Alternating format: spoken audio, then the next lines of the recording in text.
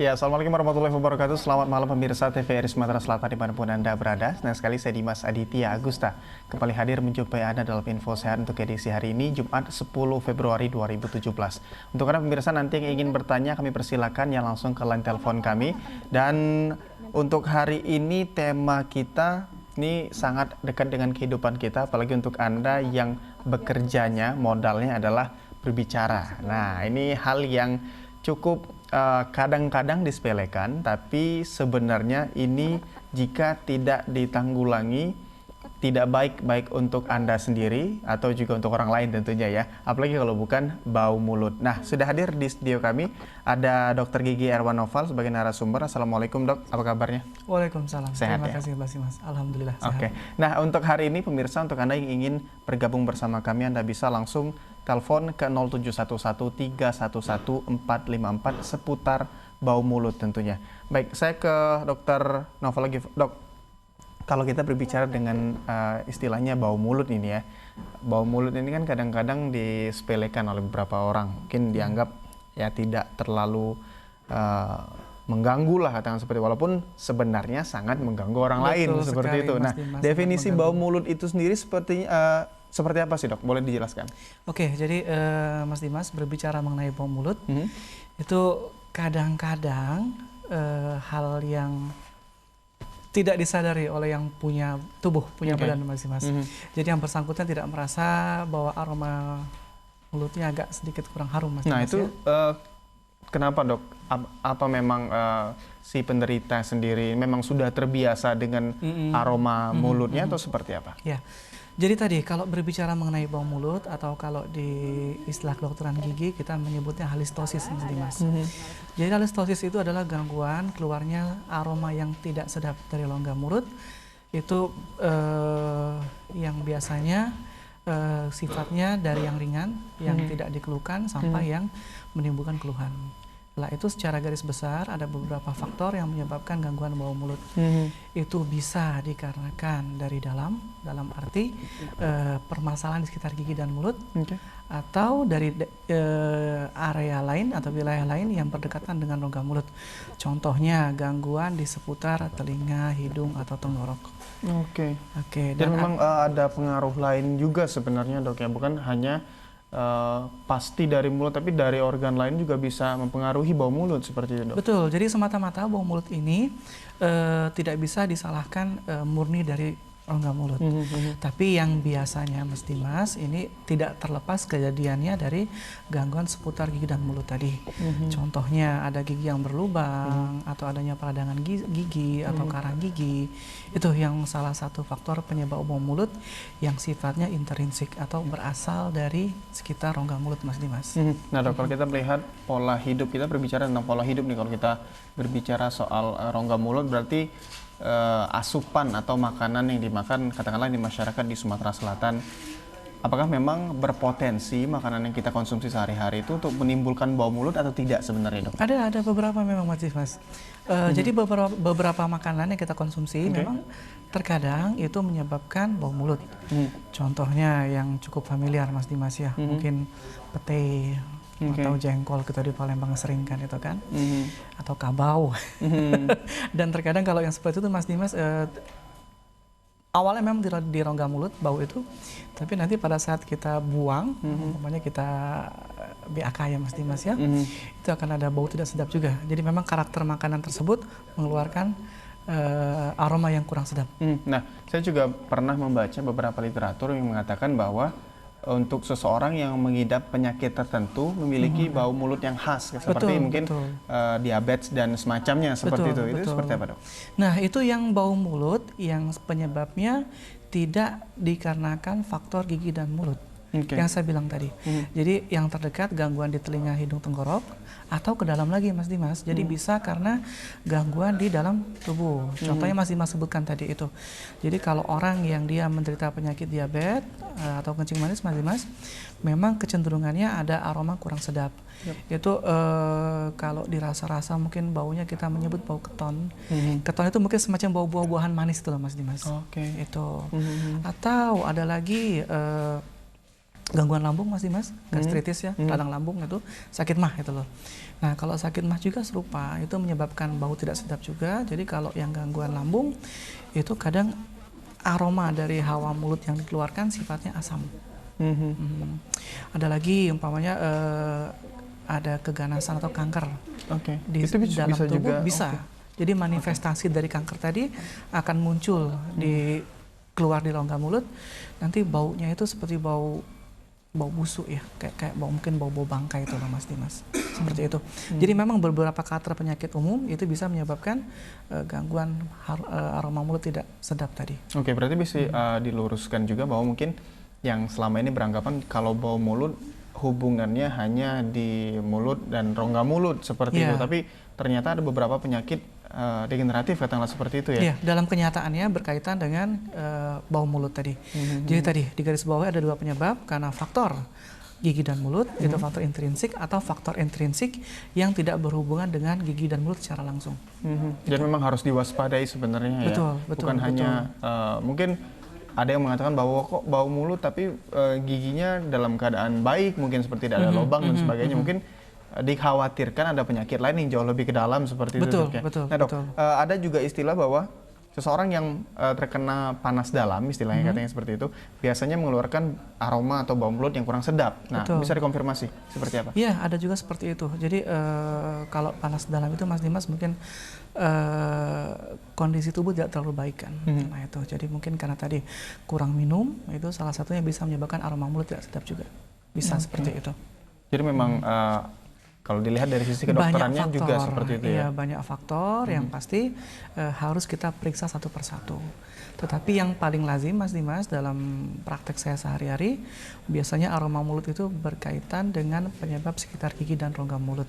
Tadi contohnya ada gigi yang berlubang, atau kondisi karang gigi yang sangat banyak, atau tadi ada sisa makanan yang menyangkut di sela-sela gigi gitu. Jadi banyak. Tadi saya ada bawa gambar, nanti mungkin bisa ditayangkan nanti Mas Dimas. Nah dok, untuk seseorang yang memang katakanlah pure terkena gangguan di sekitar gigi dan mulut seperti itu, seperti gigi berlubang, nah kita bisa lihat di layar kaca Anda itu, nah itu seperti apa dok? Nah ini yang saya bilang tadi, ini adalah gangguan karena terlalu banyak karang gigi Mas Dimas. Jadi kondisi karang gigi yang menumpuk, yang parah, tentunya itu kan sarang atau tempatnya bakteri menempel. Nah, itulah nanti yang menyebabkan bau mulut tadi. Nah, terkadang kalau pasien Mas Dimas menganggap sepele, jadi karena ini dianggap karena karang gigi, cukuplah apa namanya dengan obat kumur gitu loh. Padahal keputusan seperti itu bukan hal yang tepat. Jadi tidak akan menyembuhkan. Kalaupun mengurangi bau mulut, mungkin hitungannya hanya menit ya, tidak terlalu lama. Kenapa? Karena faktor penyebab tidak dihilangkan. Jadi yang seharusnya diobati adalah faktor penyebabnya. Betul, penyebab tadi. Itu. Seperti gambar tadi. Jadi kalau memang dia kena faktor karang gigi, bersihkan karang gigi itu. Karena kalau dia kena faktor gigi berlubang, rawat gigi berlubang itu. Seperti itu Mas Dimas. Dok, ada kasus, ini teman saya sendiri ya, yang terkena, katakanlah giginya sudah berlubang, tapi dalam keadaan sudah ditampal seperti itu karena memang sudah sakit katanya, sudah sangat mengganggu ketika mengunyah makanan. Nah, dengan kondisi seperti itu untuk gigi yang sudah ditampal, apakah masih bisa mengeluarkan aroma tidak sedap atau seperti apa? Apabila perawatannya memang sudah benar, Mas Dimas, sudah baik ya, jadi tidak ada keluhan sakit lagi, mudah-mudahan dengan sendirinya aroma tidak sedap tadi akan hilang, akan sembuh. Oke.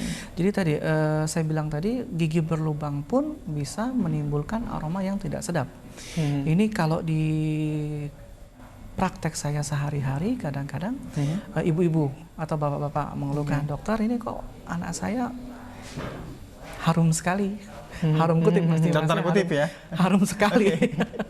Jadi harum tadi ya tadi ternyata setelah diperiksa ternyata gigi anak itu sebagian besar rusak semua. Jadi sangat wajar karena gigi yang rusak itu akan mengeluarkan gas. Nah, kita menyebutnya gas gangren. Jadi ya tadi aromanya sangat harum sekali. Itu. Jadi itu yang dikeluhkan seperti itu, biasanya seperti itu. Jadi kejadian sudah parah baru dikeluhkan seperti itu.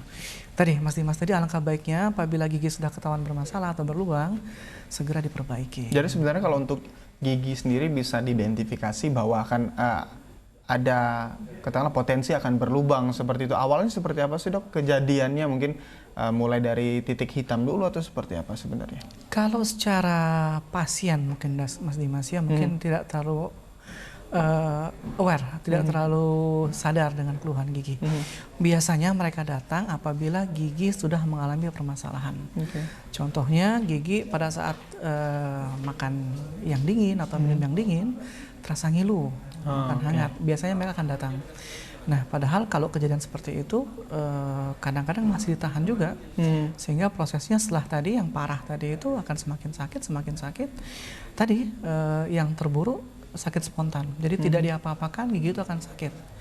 Lah biasanya kalau seperti itu ya berkaitan dengan bau mulut tadi ya itu akhirnya muncullah gangguan bau mulut tadi itu. Ini apabila dikaitkan dengan gangguannya karena faktor adanya gigi yang berlubang tadi. Kalau untuk penyakit katakanlah memang dibawa dari kecil seperti itu, ada faktor penyakit seperti itu atau tidak dok? Ada, contohnya kelainan darah Mas Dimas ya. Kadang-kadang penyakit kelainan darah itu manifestasinya dia muncul di peradangan gusi. Sering berdarah ya? Sering berdarah. Nah itu pun nanti secara tidak langsung akan menimbulkan bau mulut juga. Tapi kalau yang seperti itu baunya sangat spesifik Mas Dimas ya. Jadi karena berkenaan dengan darah tadi. Itu jadi kalau dihubung-hubungkan selalu bisa dicari keterkaitan bau mulut dengan penyebab yang lain tadi.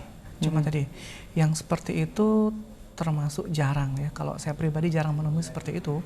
Tapi kalau yang sering saya temui tadi biasanya berkenaan dengan faktor kebersihan mulut tadi, karang gigi tadi atau gigi berlubang tadi itu. Jadi faktor pembersihan. Baik, kalau untuk anak-anak katakanlah memang dari sisi makannya sendiri atau asupannya mungkin tidak bisa dikontrol oleh orang tua, mulai dari mungkin cemil-cemilan, permen dan sebagainya, dan juga kurang dirawat giginya dengan mungkin menyikat gigi sebelum tidur seperti itu. Seharusnya itu sangat penting kan dok ya. Nah kalau untuk orang dewasa katakanlah ini faktor karena merokok katakanlah seperti itu bisa menjadi pemicu juga atau tidak? Betul, rokok salah satu pemicu bau mulut tadi. Jadi sangat khas sekali ya. Jadi aroma nafas seorang perokok sangat berbeda dengan yang tidak perokok tadi itu. Itu kenapa? Karena memang bermasalah pada gigi dan mulutnya atau seperti apa? Rokok itu memang dia karakternya kan ada asap ya Mas Dimas ya. Jadi ada bau tersendiri. Nah itu yang nanti menyebabkan bau mulut tadi. Jadi tadi Kalau kita membicarakan halistosis atau bau mulut ini hal yang sangat rumit. Jadi ditarik satu persatu, diselidiki satu persatu lah itu. Jadi kalau tadi pembenahannya tentu ya dilihat satu persatu, Mas Dimas. Oke, ada telepon masuk, kita angkat telepon dulu, Dok. Halo, selamat malam, Info Sehat. Halo, selamat malam, Pak. Ya, dengan siapa di mana, Ibu? Dari Rina di Palembang. Baik, silakan Ibu Rina. Iya, mau nanya sama Pak Dokter nih, Pak Ya. Dokter. Iya, Bu Rina. Ada temen ini Pak Dokter ya. Ya. Kalau melihat giginya bagus, tapi kalau kita dekat dengan dia, hawa yang dikeluarkannya nggak enak banget gitu, Pak Dokter ya. Iya. Apa itu ada hubungan dengan apa ya?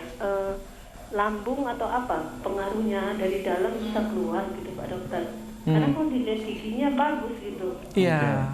Terus yang kedua, Pak Dokter, untuk anak-anak, apakah setiap habis makan permen sama coklat harus kumur-kumur atau sikat gigi, Pak Dokter? Karena pengaruhnya suka anak-anak itu giginya belum waktunya udah hitam, terus tuh setengah-setengah agak bolong gitu, Pak Dokter. Betul, Bu Itu Rina. aja, Pak Dokter. Terima Oke. kasih, selamat malam. Selamat malam, Ibu Rina. Baik, terima kasih Ibu Rina sudah ikut bergabung. Untuk Anda juga pemirsa di rumah yang ingin bergabung bersama kami, langsung saja telepon ke 0711311454. Silakan, Dok, dijawab Ya, seperti apa? Ibu Rina, berkenaan dengan pertanyaan Ibu Rina yang pertama tadi mengenai bau mulut tadi, Ibu Rina.